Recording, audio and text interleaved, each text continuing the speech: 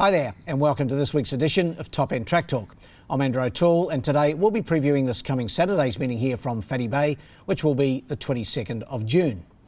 Some 64 horses have accepted for the fixture, and even though there are two 5-horse fields on the card, the remainder of the racing is fairly acceptable. There will be 13 riders in attendance too, including 4-time Group 1 winning Kiwi jockey Trudy Thornton, who is visiting us from Queensland. The first on the card is the Darwin Cup We're Turning It On handicap, a benchmark 76 1300 metre event. It is time to jump at 1:38 p.m, and in this 5-horse field my numbers are 1, 4 and 2. We see the return of number 1 Son of Bielski to the races on Saturday, and looking forward to that. He's won his last 5 in a row, has Son of Bielski, including his last start win in the St Pat's Cup. He's only had 6 starts in Darwin. He's won his last 5. Mark Pegas takes the mount for Chris Nash. Horse went to Alice Springs for the Cup down there, but unfortunately met with a bit of a setback, a bit of a foot abscess, and was unable to run. So he hasn't had a start since that St Pat's Cup on the 16th of March. That said, he has had a trial last week and by all accounts trialled really well. I was away, I didn't see it, but I know his trainer's happy with him. I know his rider's happy with him, and I think he'll keep that winning streak going in this little field. Number 1, Son of Bielski on top for me. Ahead of 4, American Jazz, another with a winning form line behind him. He comes here with 4 in a row for Gary Clark and Jared Todd. He hasn't raced since the 1st of December, but certainly through the latter part of the carnival last year and then through the months of September through to December, he showed plenty of ability. He's first up. He was going to trial here earlier this week. He didn't, so he's going around here. He's quality galloper, keep him right on side. And in for third, the stablemate number 2, Siakam, Gary Clark, Aaron Sweeney, the combination. Clarkey had a great day last week, of course. He trained 4 winners from the 6 races. I think he's got some good chances again.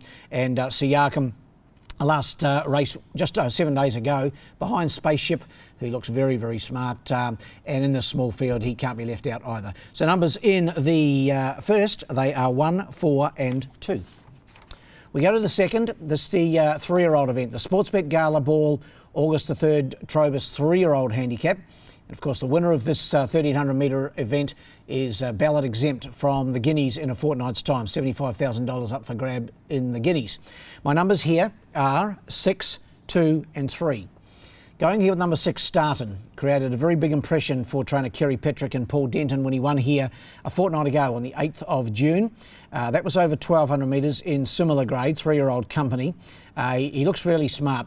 Only question mark, I suppose, is the barrier draw. He's drawn out at barrier 11, but he got out of the speed, or off the speed, I should say, last time out and finished off. He'll probably have to do something similar from that barrier draw. Last time out he drew barrier 1, so keep him right on side. He looks a very smart customer 2 weeks out from the Guineas. In for second, number 2, SK, Gary Clark, Jared Todd, the combo. He trialled here on Tuesday and trialled pretty well, I thought. Ran second under a hold. He's had the 10 starts for a winner, second and 2/3. He's a son of Real Steel and hasn't raced since the 25th of May, so what's that, about a month ago, but certainly looks a capable galloper. And in for third, number 3, Bryce from the Phil Cole barn. Stan Sakos aboard. He was doing his best work late behind Startin. He finished 4th on that occasion, beaten some 9 lengths. Hard to see him turning the tables on Startin, but that said, we're up in trip from 1200 to 1300, and he was doing a lot of good work over the concluding stages. My numbers in the second are 6, 2 and 3. The third's the Silks Rooftop Now Open Handicap, Class 2 event, this one over the 1200 metres. Numbers here are 2, 7 and 9. Number 2, Pharaoh Magic. He's only had the 1 start in Darwin. He created a big impression when winning here on the 16th of March.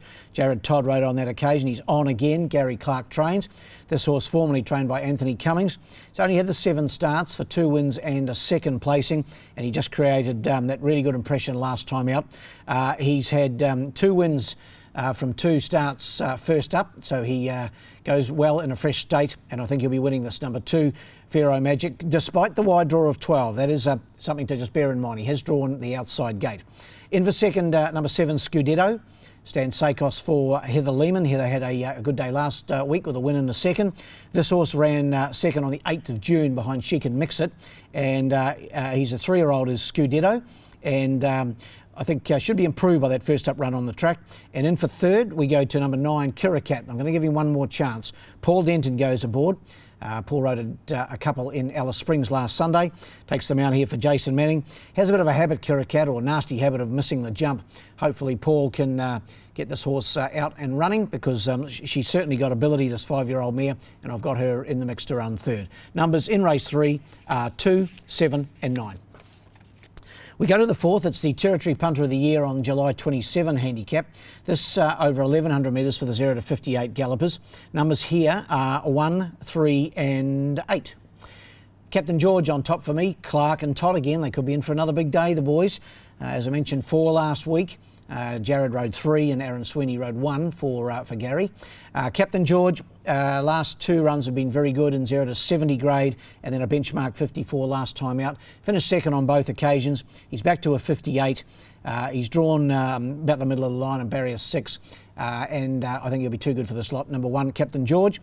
Ahead of 3, Rupert's Delight. Got a bit of time for this horse. He's trained by Kevin Lamprick in Alice Springs, having his first run in Darwin and his first run since the 2nd of March. But he's a pretty handy horse. Janis Luxemburg takes the mount here. Doesn't win out of turn. 33 starts for only the 2 wins, but he has been placed on 15 occasions. And I can see him going a bold race fresh. And in for third, number 8, Aplamato. Another one first up. Hasn't raced since the 23rd of Feb. Chloe Baxter trains. Jade Hampson in the saddle, and has won previously in a fresh state, has Aplamato, so keep him right on side. My numbers here in the fourth are 1, 3 and 8. We get to the business end of the day, the last 3. The feature events, the TRNT off the track handicap race 5. It's the open sprint. Formerly, I believe this was known as the Burnborough Club Cup. Now it's the TRNT off the track handicap, and my numbers here are 1, 5 and 4. Doc O'Connor for me, Clark and Todd again. I'm getting a little bit like a broken record, aren't I? He's fresh up, hasn't raced since the 7th of April. He raced in Alice Springs during the Carnival here, ran second on Cup Day behind the very, very smart Dakota Lee. Great to see her in winning form again last week in Alice Springs, and I understand she's coming to Darwin for the Palmerston. Be great to see her here. She's only been beaten, of course, the once out of 11 starts. She's won 10 out of 10 in Alice Springs. Back to Doc O'Connor. He's 3 wins from 7 first up, and he's had 5 wins from 8 starts at 1,000 metres. He's drawn the inside gate. This looks a race made for him. I've got him on top, number 1. To beat the stablemate, number 5, Flying Annie. She hasn't raced since Alice Springs either, and Aaron Sweeney takes them out for Clarkey. She won at her only start in the Territory. That was the Queen of the Desert in Alice Springs on Cup Day.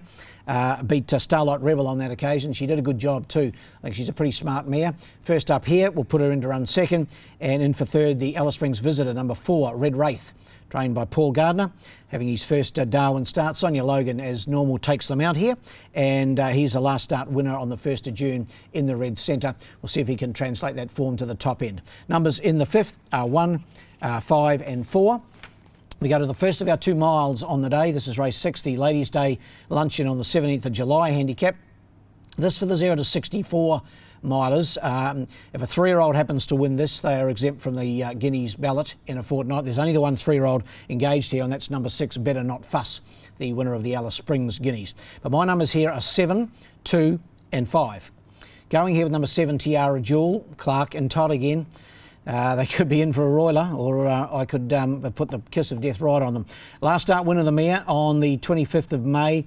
She's got a good record over this trip. She's up in grade from that 0 to 58 to this 64, but if allowed to get her own rules in front, she's always hard to run down. Might be a little bit of pace in the race, just seeing what else might go forward. Maybe number 3, New Enterprise, and Better Not Fuss. They tend to race forward as well. So we'll see how it all unfolds at the 1,600 metre start. But I've got her on top, number 7.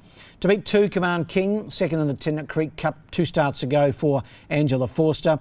Then was down the track behind Influential Jack here in Darwin. That was an out of character run, shall we say, for Command King. Mark Pegas goes aboard here for Ange, 59.5 kilograms, put him in to run second, and in for third, number 5, the old fella, the 10-year-old Star of Monsoon for Johnny Peacock. Casey Hunter aboard. He's only had 4 starts at the trip, but he has won and been placed second over 1,600 metres, and his last start effort over 1,200 was a ripper behind Plague Stone, came from a mile off them.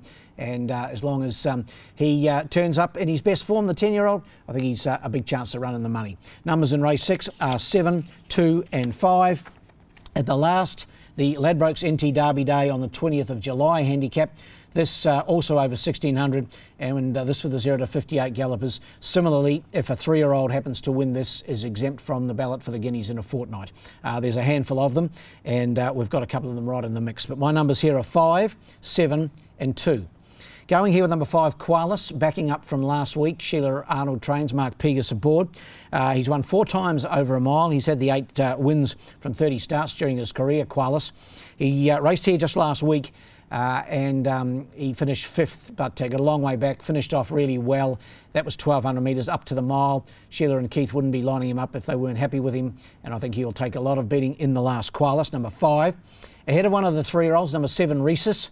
Phil Cole, Emma Lyons, the combination. A real good test for the 3-year-old here.